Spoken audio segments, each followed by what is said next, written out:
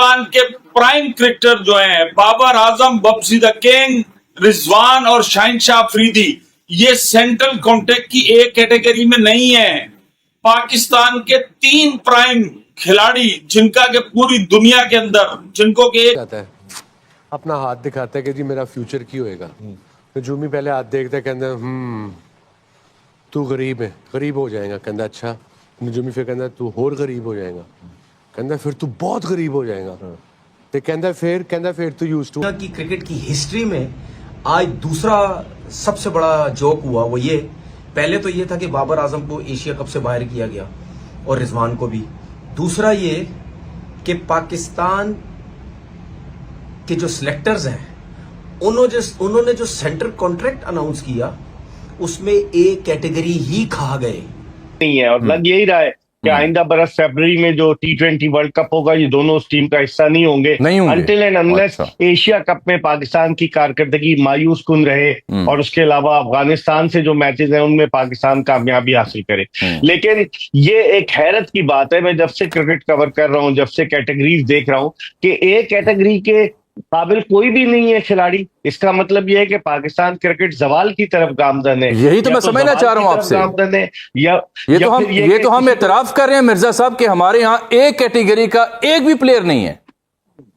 ये इस बात का भरमला इतराफ है कि हमारे पास ए कैटेगरी का कोई भी प्लेयर नहीं है। और मजे की बात है बी कैटेगरी में सबको एक ही लकड़ी से हाँक दिया गया है। क्या हसन अली बी कैटेगरी में रिजवान, बाबर, शाहिनशाह अफरीदी के साथ आते हैं? समझ में नहीं आता। उन्हें तो बी कैटेगरी में रखा गया है। तो ये जो क्राइटेरिया इन्होंने मुंतखब किया है, किसने बनाया है? सिलेक्शन कमेटी का। मैं अजमल इकरामी साहब आपके प्रोग्राम में पहले भी जिक्र कर चुका हूं कि अलीम डार अंपायर है, उनका इतना तजुर्बा नहीं है। असद शफीक जो है वो बिल्कुल खामोश रहते हैं। अजहर अली जो है वो इतने मुतारिक। कोई that is not the way out.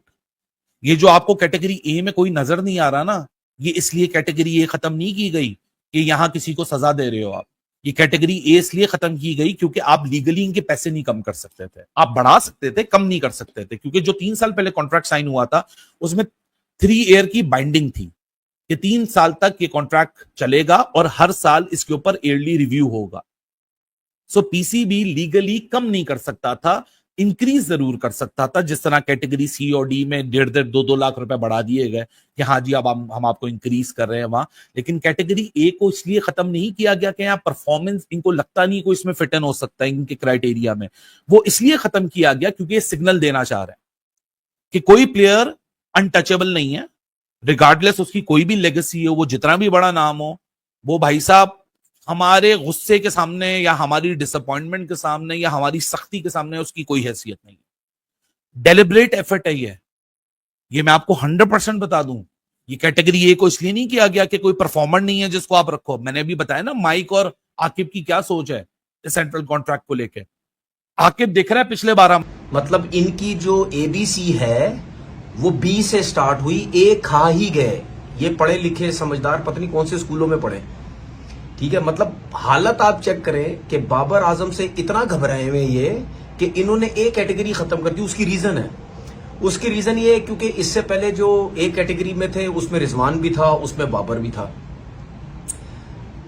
तो घबरा इस वजह से गए कि उन्होंने ये सोचा कि यार अगर इन दोनों को सबसे पहले तो एशिया कप से हमने बाहर किया जानबूझ के, जो मैं हमेशा कहता हूं जानबूझ के बाहर किया। क्रिकेट का तो परफॉर्मेंस का या स्ट्राइक रेट इसका तो कोई रीजन ही कोई नहीं है। उस पे लोगों ने इतना शोर मचाया और बाबर और जो सिलेक्शन कमेटी थी प्लस माइक हैसन जब प्रेस कॉन्फ्रेंस आके बात की बिल्कुल घबराए हुए थे। नहीं बाबर कैसे बाहर हो गया, 2 टोक बात करो, नहीं खिलाना 2 टोक बात करो, अगर हिम्मत है 2 टोक बात करो। वो नहीं की इन्होंने, वो प्रेशर था इनको टीम से बाहर किया। अब इनके ऊपर प्रेशर ये था कि अगर अब बाबर आजम को ए कैटेगरी से या रिजवान को उठा के अगर हम बी कैटेगरी में ले आते हैं और ए कैटेगरी में अपने पसंद के लोग ले आते हैं तो ये तो एक और अजाब बन जाएगा, ये तो मुश्किल हो जाएगी। तो मैं तो पाकिस्तान सिस्टम को, पाकिस्तान के लोगों को बहुत अच्छे तरीके से समझता हूं किस तरह गेम खेलते हैं। इसमें क्या किया इस सिलेक्शन कमेटी ने, अपने आप ए बी सी और डी कैटेगरी किसने बनाई है? आकिब जावेद और माइक हैसन ने बनाई है। ज्यादातर इसमें तो आकिब जावेद का अमल दखल रहा है। अब आप अंदाजा कीजिए कि बी कैटेगरीज का मिर्जा साहब जिक्र कर रहे हैं उसमें बाबर आजम, मोहम्मद रिजवान, शाहीन शाह अफरीदी, फखर जमान, शादाब खान, के बाद टेस्ट सीरीज है, साउथ अफ्रीका की टीम ने आना है पाकिस्तान, तो मुझे नहीं लग रहा ये जानिब इशारा है। पिछली दफा जो सेंट्रल कॉन्ट्रैक्ट दिए गए थे उसमें शान मसूद के आगे लिखा हुआ था सब्जेक्ट टू फिटनेस और फॉर्म, जी। तो इसका मतलब है पहले ही से आप उसके पीछे लगे हुए थे। मुझे नहीं लगता कि शान मसूद कप्तान रहेंगे, उनको कॉन्ट्रैक्ट तो दे दिया गया, अचानक अगर उनको हटा देते, डी में भी नहीं रखते तो शोर मचता, लेकिन किसके कानों पे जू रेंगती है, कौन जो है वो उनकी जुल्फ के असीर होने तक, कौन जीता है तेरी जुल्फ के सर होने तक। मिर्जा साहब, ये मेरे ख्याल ए कैटेगरी को 30 से 35 लाख महाना होती है और बी कैटेगरी भी 30 के आसपास, और अब सी कैटेगरी के हवाले से बताया जा रहा है कि इसमें 20 लाख की बजाय 25 लाख मिलेंगे और डी को 12 लाख की बजाय 15 लाख मिलेंगे। Is it true? देखें, जो पिछले साल था जामी, जो Pakistan cricket board A category के प्लेयर्स को 65,70,000 रुपए महाना दे रहा था, और अब बी कैटेगरी को, जो बी कैटेगरी पिछले साल की थी, उसमें बी कैटेगरी को 52,50,000 रुपए महाना दे रहा था। और हम और आप ये काम छोड़कर क्यों ना बी कैटेगरी तो यही पता चलता है कि हमारे पास टैलेंट नहीं है और हमारा कोई क्रिकेटर इस काबिल नहीं है कि उसे ए कैटेगरी में शामिल किया जाए। बाबर आजम, मोहम्मद रिजवान और शाहीन शाह अफरीदी गुज़िश्ता ए कैटेगरी में शामिल थे, लेकिन इस मर्तबा नहीं है। बाद लोग ये कह रहे हैं कि क्रिकेट की इस्तिलाह में कहा जाता है जिसे झटका देना, तो बाबर आजम को झटका दिया जा रहा है कि बाद लोगों के लिए वो पर्सोना नॉन ग्रेटा हो गए, जिसकी वजह से बाबर आजम को जो है वो कह रहे हैं कि सबको एक ही लकड़ी से हाथ दो। अब हसन अली भी इस बी कैटेगरी में शामिल है, जिस बी कैटेगरी में बाबर आजम भी शामिल है। ये हैरत की बात है। तो इससे यही पता चलता है कि पाकिस्तान में या तो टैलेंट खत्म हो गया है या फिर खामोशी से धीरे धीरे इंतकाम लिया जा रहा है। मेरी सरकार में पहुंचे तो सभी एक हुए। मगर ये बताएं कि ये जो सेंट्रल कॉन्ट्रैक्ट है, एक कैटेगरी, उसके पैसे कोई काफी ज्यादा है, 65 लाख। मैं तो पानी भरा है मुंह में। क्रिकेट खेलना शुरू कर दें। ये आपके मुंह में पानी नहीं भरा है, जो भी सुनता है कि 65,70,000 रुपए, और अभी भी 52 लाख रुपए है बी कैटेगरी के, तो 52 लाख रुपए हो रहा है। वहां पर मार्केट बहुत बड़ी है, वहां सेंट्रल कॉन्ट्रैक्ट में इतने पैसे तो नहीं है, लेकिन खिलाड़ियों को मैच की 12 महीने, क्या माइक को आगे आने वाले 12 महीने में अपना सलमान अली आगा कप्तान नहीं दिख रहा, जिससे वो उम्मीदें लगा के बैठ रहा है कि एशिया कप और वर्ल्ड कप ये जीतेगा और मेरी कोचिंग प्रोफाइल को भी एलिवेट करेगा और अपनी कैप्टनसी को भी एलिवेट करेगा? क्यों नहीं रख रहा उसको कैटेगरी ए में? कैटेगरी ए में जानबूझ के इसलिए नहीं रखा गया क्योंकि ये पैसे कम नहीं कर सकते थे। अगर ये पैसे कम कर सकते होते तो पैसे कम कर देते। अब 20-20 लाख रुपए कट गए ना।